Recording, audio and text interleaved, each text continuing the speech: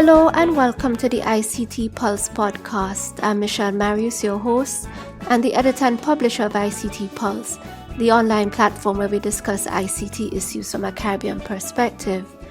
In this episode, we'll be discussing open data in the Caribbean. Starting about 6 or 7 years ago, open data began to gain some prominence in the region. Caribbean governments began to make commitments to make much of the data they generate and collect publicly available. There were also conferences to discuss the subject and even hackathons, software development competitions to develop applications that use government data. However, over the last 3 years or so, open data seemed to have slinked off into the background. To bring the spotlight back on that subject and to help us understand what might have happened, we are thrilled to have Dr. Maurice McNaughton, Director of the Center of Excellence for IT-Enabled Business and Innovation at the University of the West Indies Mona campus in Jamaica. Dr. McNaughton was one of the early advocates of open data in Jamaica, and through the Mona School of Business, where the Center of Excellence is attached, he has also been involved in the Caribbean Open Institute, along with many other local and regional initiatives in that area. Enjoy. Dr. McNaughton, welcome to the ICT Pulse podcast. Thank you, Michelle. Always a pleasure to talk about ICT in the Caribbean. So, in my introduction, I mentioned that in moving towards more open data, governments were making data they collected and generated publicly available. But what does the concept of open data entail? So, a lot of times when we say open data, we really are talking about open government data. Because theoretically, you could be looking at data from any sources, including the private sector. But open data in that sense really is the proactive release of government data in a format that can be accessed through the internet, freely used and reused and redistributed by anyone for any purpose. So it really puts a lot of emphasis on format. The data has to be released in a way that makes it usable, right? So publishing a whole bunch of PDF documents is not open data. It has to be accessible in a way and through some kind of explicit license which allows the consumer to use it, whether they're just doing analysis, whether they're building apps, whether they're building a whole new commercial business model around it. The license should allow them to use it freely. And if there's any charge at all, there may be a nominal charge just for distribution. But generally speaking, it should be freely reusable. Okay. So based on my recollection, open data seemed to have gained traction in the region, and then it just petered out. What happened? When you're in your opening, you use the term open data seems to have slinked off into the background. Mm-hmm. Actually, that's not such a bad thing because, sometimes the conversation around open data seems to imply that that is the end in and of itself, just publishing data. Mm-hmm. Open data is a means, Yes. And so if you look at the UK, for instance, and one of the biggest sectors that has benefited from open data is the transportation sector. So people experience open data through these value-added services that create enormous value. I mean, I think the last analysis I saw, the transportation sector in the UK has generated a multiple in terms of value to cost of close to 100 to 1. Right? So in that case, people are not thinking open data. They're just thinking these transportation services like mobile apps where you can get dynamic real-time schedules on the arrival of public transport. You can get routes. And so it is actually not a bad thing for open data to go into the background but become an enabler of value creation. Having said that, it is true that it has slowed down. Mm-hmm. I wouldn't quite use petered out because, there are initiatives still going on. The World Bank, for instance, along with UK DFID, has a number of initiatives down in the Eastern Caribbean, working on regional initiatives with the OECS.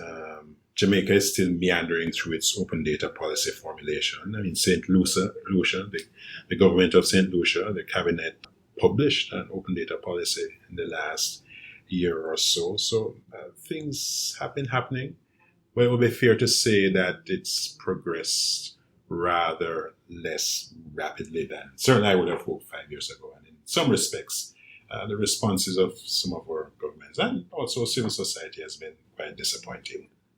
Understood. So, all right, that leads me to a couple of questions. I did mention about the Caribbean Open Data Institute. Caribbean Open Institute. Sorry, Caribbean Open Institute. Yes. And I wondered, I know it still has an online presence, but Yes. is it still functional? Well, still very much so. Okay. So let me tell you what the COI, as we say, it's a member of a larger global network called Open Data for Development Network.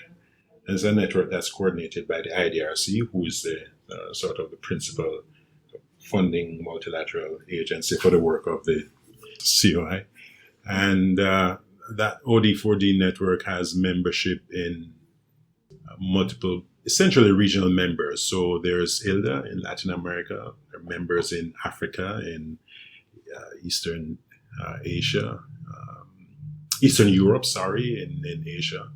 And so the COI is a member of this network. And the COI has, we've always seen sort of the pillars that guide what we do as being advocacy, evidence, right? So doing the research to identify the value opportunities for open data and to demonstrate those, and capacity, so capacity building. At the moment, we are in between funding windows. In fact, we're just mobilizing a new funding phase and a lot of quite interesting initiatives to be rolled out. Our last funding window through the OD4D network closed around the end of 2016.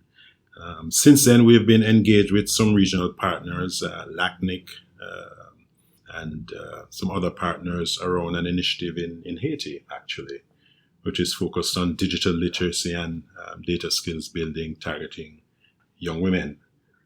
So COI has continued to be active. Maybe we've reshaped a little bit. We probably don't hear get so much visibility around the advocacy pillar, but we've continued to be quite active.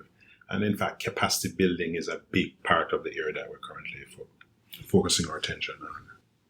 So as much as open data really hasn't petered out, it might have slunk into the background a little bit. Do you think at least 7-8 years on that we have seen a net improvement in the availability of data in the region? I mean, there's no question. Right. I mean, if you look across the region, and in the last open data barometer speaks to that, there has been quite a bit of progress, right? I mean, there are open data portals now in, I think the first was the Dominican Republic, Jamaica, St. Lucia, Trinidad and Tobago, perhaps. But even beyond those sort of formal portals, a lot more agencies have been publishing data as part of the whole advocacy. So if you look at in Jamaica, that agencies like PIOJ and Statin and BOJ has been much more active publishing of data in a manner that is really accessible through their own websites, right, if not necessarily through portals. So I think there's no question that the incidence of published openly accessible data has increased. I think the attitudes and awareness have improved. We're coming from the early days when I would have conversations like, well, can we get access to certain kind of data, which is already publicly available, but is only in the format of PDF documents. And you'll get a response which says, well, no, you can only get it as PDF, even though it's clear that that PDF originated from a spreadsheet.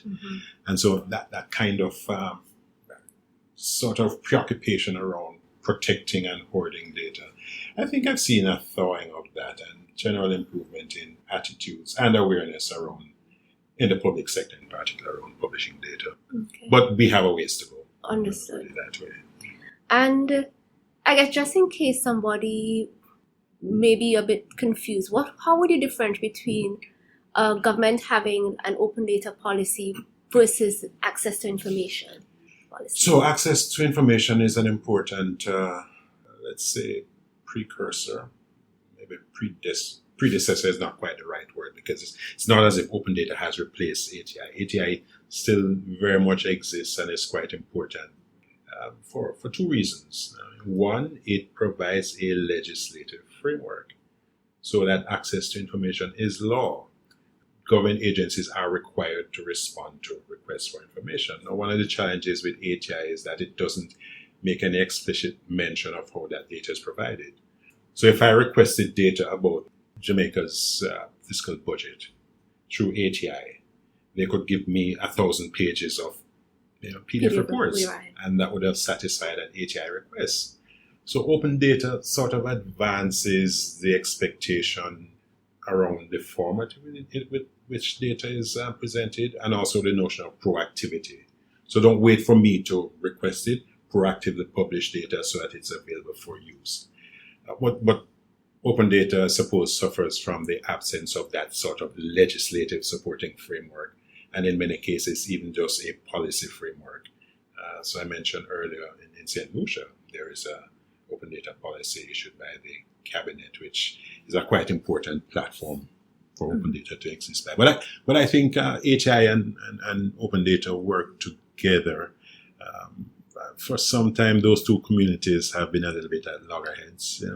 The ATI community sort of grew up very much within a sort of legal framework and civil society, whereas open data has much stronger tech roots. But if you look at a larger framework such as OGP, I think the two things come together quite well within that. Yeah, and I guess access to information might encompass far more that probably what might be practicable under open data, because I guess with data you're thinking of, I guess, records, transactional data. Exactly. Yeah, absolutely. Right. So as ATI is any kind of information. Yes. Which could be letters or exactly.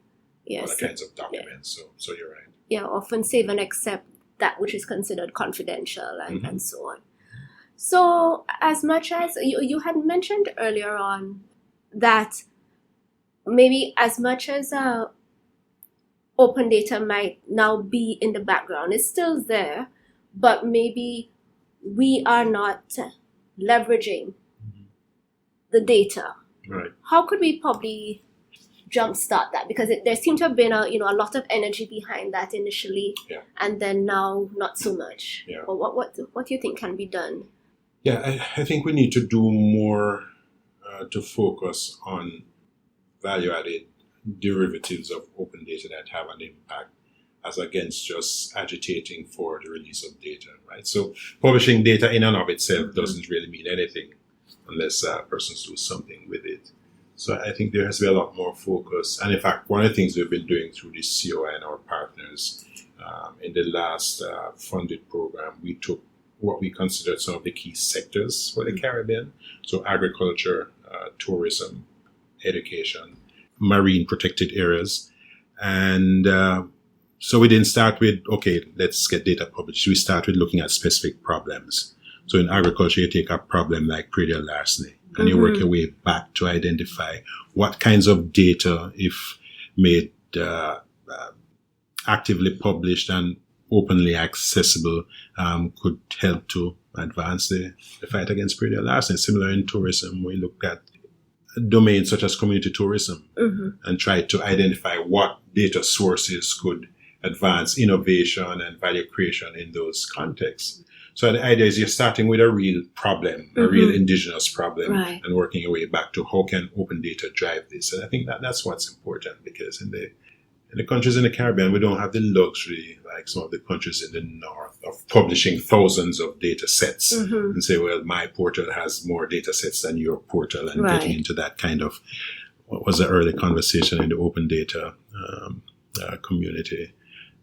Just don't have the resources for that. Most of our governments have neither the financial nor the human technical capacity to do that. So our approach to open data has to be quite focused and quite targeted around addressing specific indigenous problems that are applicable regionally. Okay. And granted that I think you may have had some exposure to some of the hackathons that have occurred. Do you get a sense that the tech community, the software development community, may not necessarily, one, know about the data sets that are available, and or two, don't know how to use that sort of information to create products? So whether within the construct of a hackathon where you have a framework and then people just come and try to to build something. Yes. But now that there is no hackathon framework or no competition framework, I don't know whether or not we're well, let me correct the last thing. Right. There continues to be a hackathon framework. In fact, okay. this year, 2019, Right. Perhaps you're the first to hear this, we will be having a DevCA, original DevCA this year. It's going to be sometime in Q2, sometime in May. Okay. And this DevCA is going to be quite significant. Tell you some more about that later as we work with our partners to develop the themes and the approaches. But we believe DevCA in its configuration is quite important in continuing to advance the regional discourse around how open data can solve problems. Yeah. There's not simply a hackathon for people to compete and have bragging rights, but it brings together stakeholders from the public sector, from academia, from the business community, and of course the civic tech community or the tech community at large to look at innovative approaches. So the last DevCA we had in 2016, I believe, in Jamaica, it was Hack Zika. Right. So we're working very closely with the Ministry of Health and technologies to look at approaches to deal with things like surveillance or analytics or tracking or incident reporting. And some quite interesting ideas and solutions came out of that collaboration. So for me, DevCA is not just a traditional hackathon, but it really is a platform for collaborative innovation. And that's the way I like to frame it. And again, we have a quite interesting one coming up. So stay tuned, ICT Pulse. We'll have a major announcement at that one. Right, okay. So hackathons are important. DevCA is important. But again, the whole idea of innovation initiative shouldn't have to wait for this yearly event. Exactly. Right? So you're right. There's the issue of awareness. There's the issue of government agencies being more receptive to these kinds of collaborative co-production approaches. So, for instance, some of the early work we did around agriculture, which is, I think, quite powerful, followed from a DevCA where our partners, Slashhoes, for instance, would co-locate a couple of their technologists at RADA in the Ministry of Agriculture to work with them on conceptualizing and developing solutions around agriculture. So I think that sense of co-production beyond hackathons is quite important. And perhaps a little bit of the culture and the attitude in our public sector has to change to be more receptive to that kind of collaborative approach to driving innovative solutions. Are there really success stories coming out of DevCA and the hackathons in terms of, so since you mentioned about the application that were built within for the agriculture sector, do any of them still exist? I'm just trying to think about trying to help to.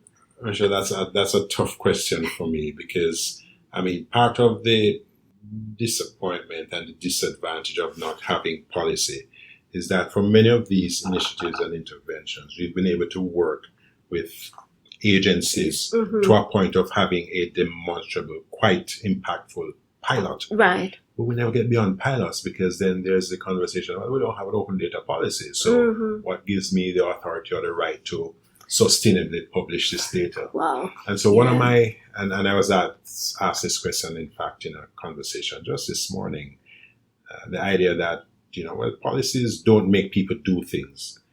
Perhaps, but I would say the absence of policy creates a vacuum and uncertainty. Exactly. And it certainly betrays a lack of commitment on the part of central government. So I think having an open data policy is a quite important signal to people who are going to commit resources and their time to build a solution.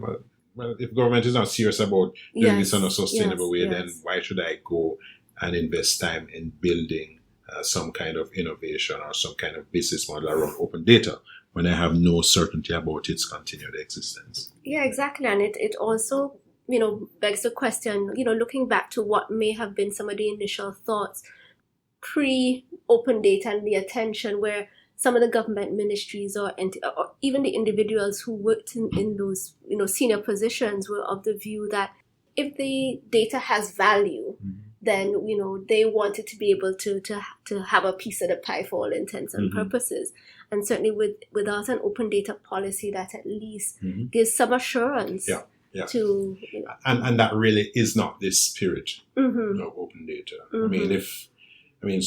There's some huge companies and business models that have emerged around, publicly available government data. Mm-hmm. But the other thing I would say is that, and we've done the analysis. In collaboration with Capri, we published a study about 3 or 4 years ago that looked at the value opportunities in open data for Jamaica. And we're talking about annualized $15-20 billion if you just take 3 sectors and analyze the potential, right? So government themselves are a significant potential beneficiary of open data and the kind of solutions that get built around open data. Right. And the public sector at large, again, agriculture, tourism, there are huge opportunities to improve service delivery in those sectors through open data.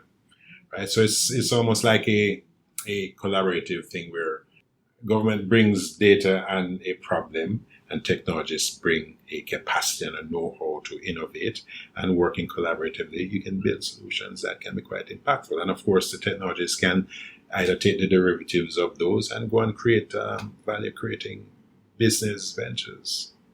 So it's a win-win. There's a quote that I always like from, I forget, Nigel Shadwood, Open Data Institute. It says open data should be a no-brainer. It is perhaps one of the few resources that government has in abundance, because God knows government has lots of scarcities. Yes. But data is one thing that they have in abundance, and there's so much value opportunity, it should be a no-brainer. But anyway, we continue to advocate and to have dialogue on the possibilities. Absolutely. All right. I'm going to just close off on this little aspect, since I still have you all to myself, to talk about your work with the Caribbean Center for IT-Enabled Business and Innovation, and especially since innovation seems to be a topic that we're going to be coming back to during the podcast throughout the year 2019. So what is the Center of Excellence about, and what are the services it offers?